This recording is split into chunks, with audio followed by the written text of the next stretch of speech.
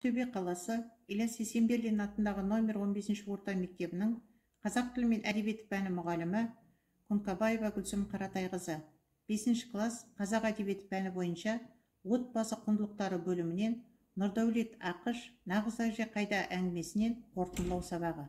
Бойынша кейіпкерлерді шынайы өмірмен салыстырып бағалау, көркем шығармадағы образ, көркем шығармадан кейіпкерлер портретін мен іс-әрекеті арқылы образын ашу, әдеби шығарманың композициясы, әдеби шығармадағы екі нәрсені салыстыра суреттеу мен қарама-қарсы суреттеуді табу.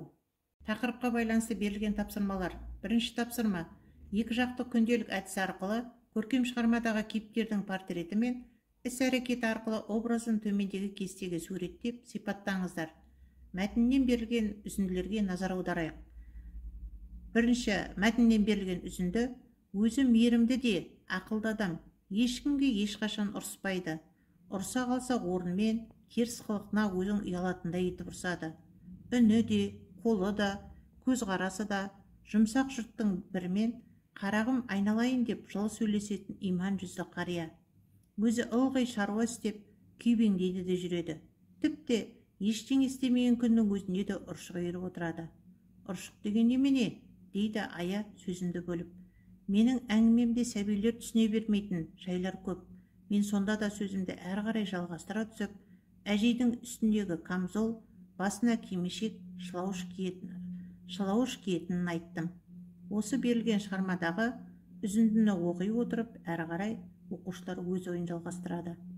Екінші шығармадан берілген үзінді: есіктен кірісімен кідірмей іздегенім елден келген шешей. Жаңылыспай, дәл танитын шығармын деп ойласам да, көзімді тиянақтата алмай, сәл-пәл іркіліп қалғаным. Дастархан басына келіп жайғасқаннан кейін ғана байқадым ол кісіні. Өзінің сырт нұсқасы мен білетін ауыл әжелеріне онша келіп тұрған жоқ. Иығына көгілдір жемпіріліп, басына жаздық гүлді орамал салған егде кісіні ала шұбар топтың ішінен бірден ажырата алмауым онша әбестік бола қоймас керек. Ауылдан келген шешей зиялы қауымның ортасына сіңісіп, еркін отырсын деп, келін баласы әдейі осылай киіндірген болар. Міне осы берілген үзіндіні оқушылар оқи отырып, әрі қарай өз ойын жалғастырады. Шығармадан берілген үшінші үзінді: әпкесі үшін жауап берген тағы да Райхан. Жоқ, айтпады. Ол кісі ертегі білмейді екен. Білмейді дейді. Қой, білмегені қалай деп, балғыз сұраулы көзін маған қадай берген еді. Қарап тұрмай Райхан тағы киіп кетті. Папа, айтшы, ол өзі әже емес қой деймін, ә? Әже емессің не, қызым-ау, ендігі мекен? Қой, олай деп айтпа, ұят болады.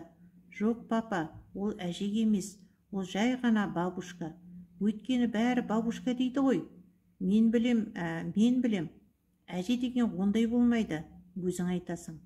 Не осы мәтіннен берген үзіндіні оқи отырып, оқушылар әрі қарай менің ойым деп өз ойын жалғастырады.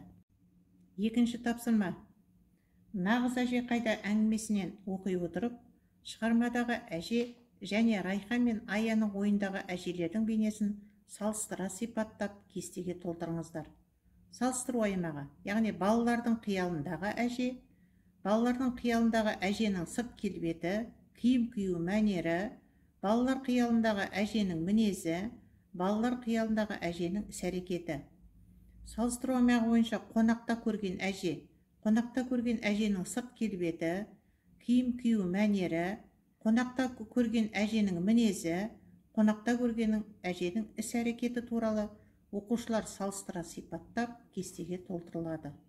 Екінші тапсырма: әңгімені композициялық құрылымына талдау жасаңыздар.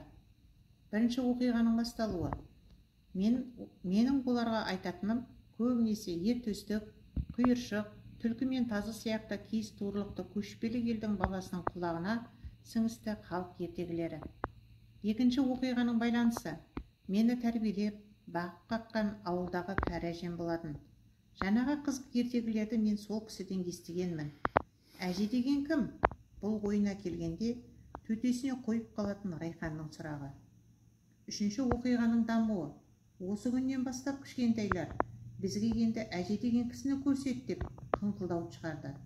Жан-жағымызды байқап көрсек, біз араласып жүрген таныстардың арасында кемпір бар, ешкім жоқ екен. Төртінші оқиғаның шиеленісуі. Бір күні зайыбым Азат әлгі жолдастың ажары оқуға түсіпті. Соның қуанышына осы сенбіге бәрімізді шақырып отыр деді. Бұл жолы шақырылған жерге жалп етіп жетіп бара салмай, кәдімгідей мән беріп дайындалдық. Бесінші оқиғаның шарықтау шегі. Біреуден ұрыс естіген адамдай болып, тымырайып, үнсіз тұрған Ая екеуміз. Оқиғаның шешімі.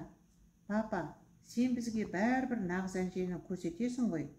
Мен уәде еттім. Осылайша оқушылар әңгімені композициялық құрылымына қарай талдау жасап, кестеге толтырады. Тақырыпқа байланысты қосымша ақпараттар. Абайдың әжесі Зеренің азан шақырып қойған аты Тоқбала екенін біле жүргеніміз жөн. Зерені ырғызбай тұқымдары барша ауыл адамдары кәрі әже деп атаған. Шоқанның әжесі Айғаным Сарғалдақ қызы 300-ге бірдей аты тараған, көркіне ақылы сай, білімді, парасатты әйел болған.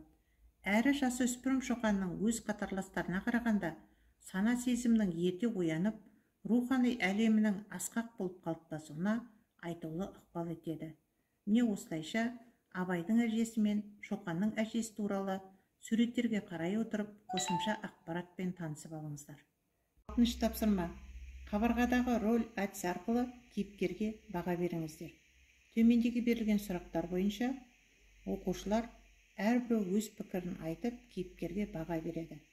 Бірінші, Азаттың әжесі қандай еді? Екінші сұрақ, әкесі қыздарына нағыз әжені көрсетуді неліктен армандады? Үшінші сұрақ, оның бойындағы нағыз әже бейнесі қандай? Төртінші сұрақ, шығармада қандай мәселе көтеріліп тұр? Бұл мәселе біздің қоғамымызда орын алады ма? Бесінші сұрақ, шығарма сіздерге қандай әсер қалдырды? Міне осылайша осы сұрақтарды оқи отырып, оқушылар әрбіреу өздері кейіпкерге баға беріп жазады. 7-ші тапсырма. Дерек, пікір, сұрақ, іс-әрекет толтыру әдісі арқылы көркем шығармадағы кейіпкердің образдық тұлғасын ашып, кестені толтырады. Дерек, шығармадан кейіпкер бейнесін ашатын деректер жинақтап жазады. Пікір, кейіпкер туралы өзінің ой-пікірі жазылады. Сұрақ, кейіпкердің образдық тұлғасын ашатын сұрақтармен толықтырылады. Іс-әрекет, автордың кейіпкерді суреттеудегі қолданған тәсілі. Міне осылайша әдісті қолдана отырып, дерек, пікір, сұрақ, іс-әрекет туралы кестеге толықтырып жазады. Тапсырма. 4 сөйлем әдісі арқылы пікіріңізді жазыңыз. Пікір. Оқыған мәтін бойынша өз пікіріңізді бір сөйлеммен жазыңыз. Дәлел. Өз пікіріңізді бір сөйлеммен дәлелдеңіз. Мысал, пікіріңді өмірмен байланыстырыңыз. Қорытынды, тақырып бойынша қорытынды жазу. Осылайша оқушылар осы әңгіме бойынша 4 сөйлем әдісін қолдана отырып, пікірін, дәлелін, мысалын, қорытындысын қорытындылай келе өз ойларын дәлелдеп жазады. 9-шы тапсырма. Тақырыпқа байланысты шіркін, менің әжем тақырыбында өз пікіріңді білдіре отырып, ой толғау жазыңыздар. Үлгі ретінде жазылған ой толғауды ұсынамыз. Әжелеріміз тәлім тәрбиенің бастауы, бізге үлгі өнеге көрсетер асыл жандар. Қазыналы бұлақтың қайнар көзі ғой. Жанұяда бала тәрбиелеуде алатын орны ерекше осы мейірімді әжелеріміз. Қазақ отбасындағы әже орны ерекше әрі қадірлі. Әже отбасының ғана емес, әулеттің де ұйытқысы, ағайын абысындардың бірлігін, татулығын сақтайтын сыйлы анасы, кейінгі жастардың тәрбиешісі де ақыл ойы.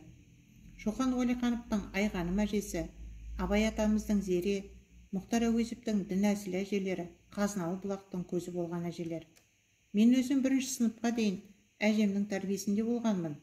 Тұңғыш немере атасы мен әжесіне бауыр басатын салт дәстүр бойынша ата-анам мені атам мен әжемнің тәрбиесіне беріпті. Қарт кісілер таусылмас қазына, жас ұрпақтың ол кісілерден үйренері мол.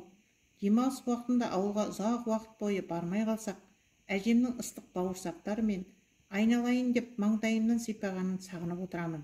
Ал әжем болса әрдайым қолыңнан келген көмегіңді аяма деп үйретіп отырады. Ал әжемнің айтатын ертегілері мүлдем ерекше. Кішкене кезімнен күнде кешкісін ертеде ешкі жүні бөртеде деп жаңа ертегісін бастайды. Әжемді ерекше қатты жақсы көремін. Оқушылар осылайша шіркін менің әжем тақырыбындағы ой толғауларын жазып, ауызша айтып, бір-бірімен ой бөліседі. Назар қойып тыңдағандарыңызға көп рахмет.